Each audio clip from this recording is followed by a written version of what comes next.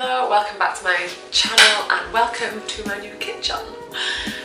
Today's video I'm going to record a very quick and simple and easy potato and chickpea curry.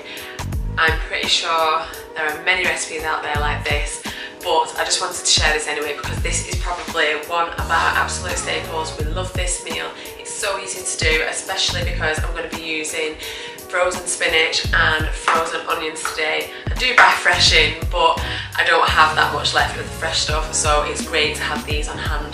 And I'm going to throw some garlic in there, and I'm going to mix the spices with some tomato puree and make the kind of paste just with some hot water and some curry powder. And I'm going to steam the potatoes as well, so that when we add those to the curry, they're nice and soft and already cooked. I'm ready to just stir through all of the awesome flavours. So that is everything I have to say for now. Let's get cracking with the cooking.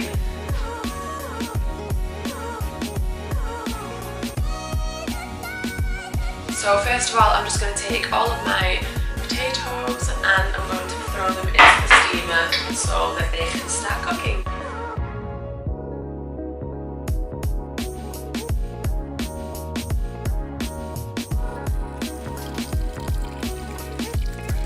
Right, so now that my potatoes are in the steamer and cooking nicely, I'm going to start making the base to the curry. So first of all, I'm just going to get the pan heating up. This is meant to be a non-stick pan, so I shouldn't need to use much oil. I'm trying to use a little bit less oil, but I don't judge anyone that uses oil. So I'm just going to get that pan heating up a little bit, and I'm going to put a very small splash of some avocado oil. This is the only oil I've got in at the moment other than coconut oil, which I suppose you could use either really. Swish that around the pan a little bit. And then I'm just going to go ahead and add my onions.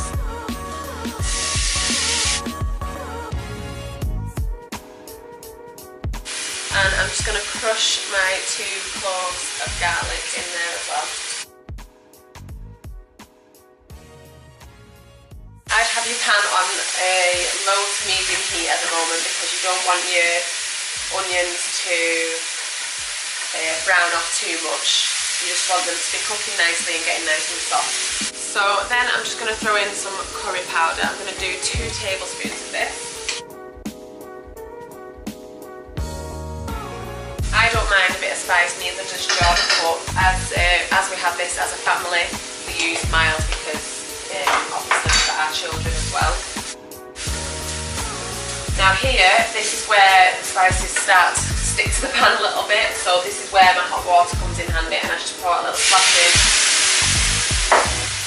just to get those spices mixing with the onions and get them all sizzling and cooking nicely.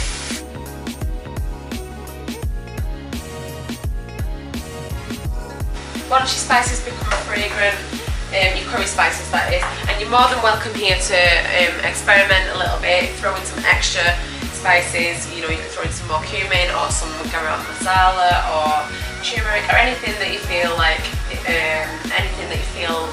needs adding in. But I tend to keep this. This is just supposed to be really quick and easy and simple to make, so that is why I just stick to the curry powder and then just a few little extras that don't take 2 minutes to throw together. I don't always prepare it like this. I usually just wing it and throw it in. So I'm going to go ahead and throw the rest of the herbs and spices and salt and pepper in. Just give that a little stir through. I'm going to add a tiny bit more water, just so that they don't stick and burn. This smells absolutely amazing. If you're a curry lover, this is so simple and easy to do, and it smells absolutely gorgeous. Next, I'm just going to throw in around a tablespoon of tomato puree. I kind of, again, just wing this and just give a big squirt in there. It's probably, I don't know, a very heaped tablespoon or a 2 tablespoons. And then I'm going to pour the rest of my water on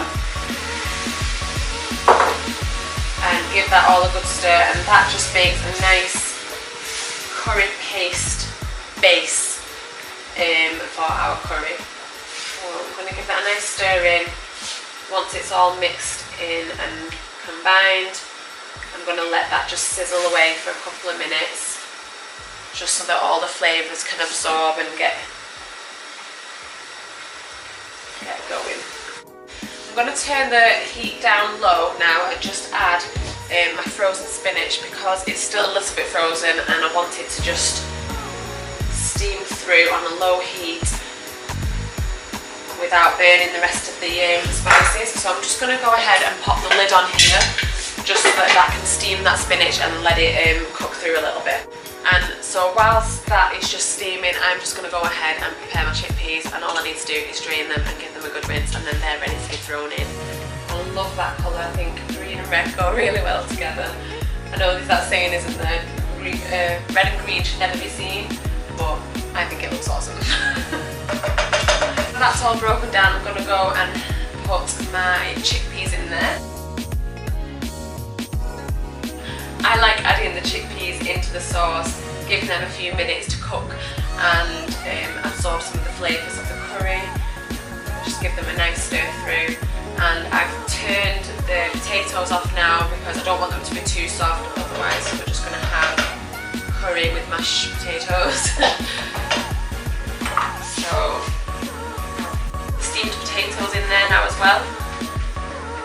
And we're going to give those a quick stir through, and then they can absorb some of the flavours as well.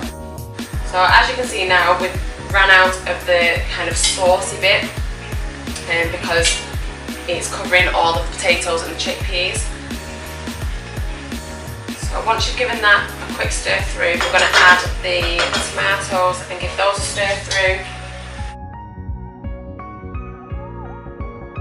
And then we are going to throw in the coconut milk. Coconut milk, and this just makes it, this balances out the flavours a little bit, and it adds a real creaminess. It's absolutely lovely. Oh, that's just gone all over the side. Great. Nothing but professionalism here. And at this point, I mean, you could add anything else if you wanted to. You could add some frozen peas. If you want to get more veg in, especially, you could add some frozen peas. You could add some sweet corn. I know they're not typically in a curry, but I don't know, who makes the rules? If you want to add more veg, add more veg. Now that that's all stirred through, I'm just going to I'm going to bring it to the boil, sorry. Once it's come to the boil, I'm just going to put the lid on and turn it down to a simmer and just let it all absorb the flavours. And I imagine this is what it looks like inside. So yeah, this is a super quick and easy meal, I find. Especially if you're using frozen onions and frozen spinach. And I mean, you could prepare the potatoes as well at the beginning of the week. You could steam some and have them there ready to cut and just throw in. And yeah, it's as easy as that. I'm just going to serve this up with some rice. We mainly use brown rice or whole wheat rice, but and every now and again we do like to use white basmati rice because it's got really nice flavour. We like using that with curry, so I think that's what I'm going to make tonight with this. I'm just going to pop the lid on and let this simmer now. And I'm going to come back to it every now and again and just give it a quick stir just to make sure nothing's sticky.